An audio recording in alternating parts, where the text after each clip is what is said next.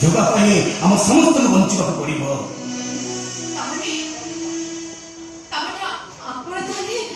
ମୁସାଫିର ଜଗା ପାଖକୁ ଯାଉଛି ରେ ମା। ଜଗା କିନ୍ତୁ ମୋ ଠାରୁ ଦୂରେଇ ଦୂରେଇ ଯାଉଛି। ଆରେ ଦୂରେଇ ଯାଉନି ରେ ମା। ମୋ ଦେହରେ ଗୋଟାଏ ଅଙ୍ଗ ସେ ନେଇକିରି ଯାଉଛି। ଆରେ ମା, ମୋ ଦେହରୁ ସେ ଗୋଟାଏ ଅଙ୍ଗ ନେଇକିରି ଚାଲି ଯାଉଛି। ମୁଁ କିନ୍ତୁ ମୋ ଜଗା କଥା କହୁଛି। ଜଗା ଏକା ତୋର ନୁହେଁ ମା। ଜଗା ସମସ୍ତଙ୍କର। ଜଗା ମୋର, ଜଗା ତା ଭାଉଜର, ଜଗା ତା ଭଉଣୀର।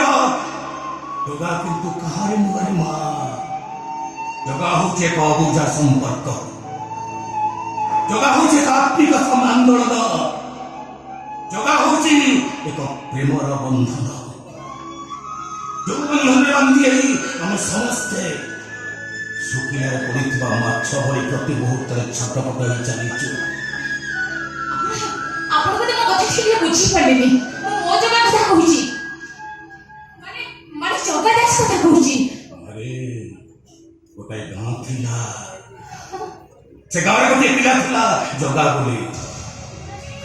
ବଡ଼ ହେଲା ପରେ ତାକୁ ସମସ୍ତେ ଜଗା ଦାସ ବୋଲି ଡାକିଲେ। ସେଇ ଜଗା ଦାସ ଦିନେ ରାଜା ଝିଅକୁ ଭଲ ପାଇଲା। ଜାଣିଛୁ ମା, ଜାଣିଛୁ এই কথাটাକୁ ରାଜା ଜାଣିପାରିଲେ। ରାଜା ଜାଣି ସାରିବା ପରେ ଜଗାକୁ ନିର୍ବାସିତ କରିଥିଲେ। ଅଧିକ ଜଗା ଦାସର ଠିକଣାରେ ମା। ସେଇଦିନ ଠାରୁ ଜଗା ଦାସର ଠିକଣା ସବୁଦିନ ପାଇଁ ହଜିଗଲା। ବିଡ଼ମ୍ବନା କଣ ଜାଣିଛୁ ମା? ବିଡ଼ମ୍ବନା କଣ ଜାଣିଛୁ? ଜଗା ଦାସ ନିଜେ ତାର ଠିକଣା ହଜେଇ ଦେଇଛି। ଆରେ ମା, ଆପଣ ତାହେଲେ ଜଗା ଦାସର ଭାଇ ନା? ଖାଲି ଭାଇ ନୁହେଁ ମା। ଜଗା ଦାସ ହଉଛି ମୋ ଦେହର ଛାଇ। ଯୋଉ ଛାଇକି ଖୋଜି ଖୋଜି ଯୋଉ ଛାଇକି ପାଇବା ପାଇଁ ଗୋଟାଏ ଜନ୍ମ ମୋର ବିତି ଯିବାକୁ ବସିଲାଣି ମା। ଗୋଟାଏ ଜନ୍ମ ମୋର ବିତି ଯିବାକୁ ବସିଲାଣି। ମୋର ଭୁଲ ହେଇଯାଇଛି ବଡ଼ ଭାଇ। ସତରେ ମୋର ବହୁତ ବଡ଼ ଭୁଲ ହେଇଯାଇଛି ବଡ଼ ଭାଇ।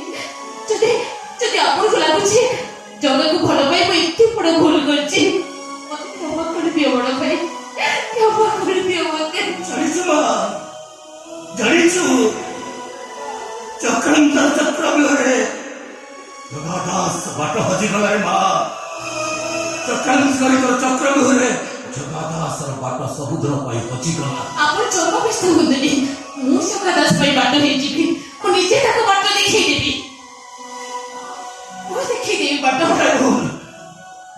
ଗୋଟାଏ ଭୁଲ ମଣିଷକୁ ଅବାଟକୁ ନେଇଯାଏ। ଗୋଟାଏ ଭୁଲ ଦେଶର ପ୍ରଗତିରେ ବାଧା ସୃଷ୍ଟି କରିଥାଏ ରେ ମା। ସେ ଭୁଲର ବର୍ଣ୍ଣବୋଧ କରିବାକୁ ଚେଷ୍ଟା କରନି ମା। ଭୁଲର ବର୍ଣ୍ଣବୋଧ କରିବାକୁ ଚେଷ୍ଟା କରନି। ଯା ପଳେଇ ଯା ମା, ପଳେଇ ଯା। ମୋ କଥା ମାନ ମା, ପଳେଇ ଯା। ଆରେ ପଳେଇ ଯା।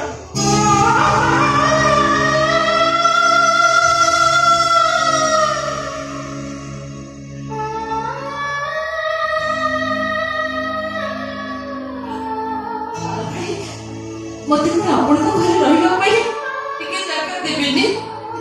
ମୁଁ କଥା ଦଉଛି ବଡ଼ ଭାଇ, ମୁଁ କାହିଁକି ହଜେଇ ଦେବିନି, ବରଂ ଖୋଜି ଆଣିବା ପାଇଁ ତପସ୍ୟା କରିବି। ଆଉ ସେ ହଜିବା ଭିତରେ ସତରେ ଯଦି ମୁଁ କେବେ ହାରିଯାଏ, ତାହେଲେ ସେ ହାରିବାଟା ହିଁ ହବ ମୋ ପ୍ରେମର ପ୍ରତିଷ୍ଠା। ଏପର୍ଯ୍ୟନ୍ତ ତୁ ଭାବପ୍ରବଣତା ଭିତରୁ ବାହାରି ଆସିପାରିଲୁ। ତୁ ତ ଜାଣିନୁ ମା, ଭାବପ୍ରବଣତା ମଣିଷକୁ ଅବାଟକୁ ନେଇଯାଏ। ବଡ଼ ଭାଇ, ବିଷ ପିଆଲାକୁ ହାତରେ ଧରି ମୁଁ ପ୍ରେମ କରିବା ଶିଖିଛି। ବିଷ ଆଉ ପ୍ରେମ ଦିଟା ଯାକ ମୋ ପାଇଁ ସମାନ। ସେଇଥିପାଇଁ ମୁଁ ଆଜି ଘର ଛାଡ଼ି ଚାଲି ଆସିଛି। ମୋ ଫେରିବା ରାସ୍ତାରେ ମୁଁ ନିଜେ କଣ୍ଟା ବିଛେଇ ଦେଇ ଆସିଛି ବଡ଼ ଭାଇ। ସବୁ ରାସ୍ତା ଯେତେବେଳେ ମୋ ପାଇଁ ବନ୍ଦ ହେଇଯାଇଛି, ସେତେବେଳେ ମୁଁ ତ ଅବାଟରେ ଯିବି ନା ବଡ଼ ଭାଇ। ମୁଁ ଆପଣଙ୍କ ପାଖରେ ହାତ ଯୋଡୁଛି। ଆପଣ ଖାଲି ମତେ ଟିକେ ଆଶୀର୍ବାଦ କରନ୍ତୁ। ଆପଣ ଖାଲି ମତେ ଟିକେ ଆପଣଙ୍କ ଘରେ ଆଶ୍ରୟ ଦିଅନ୍ତୁ।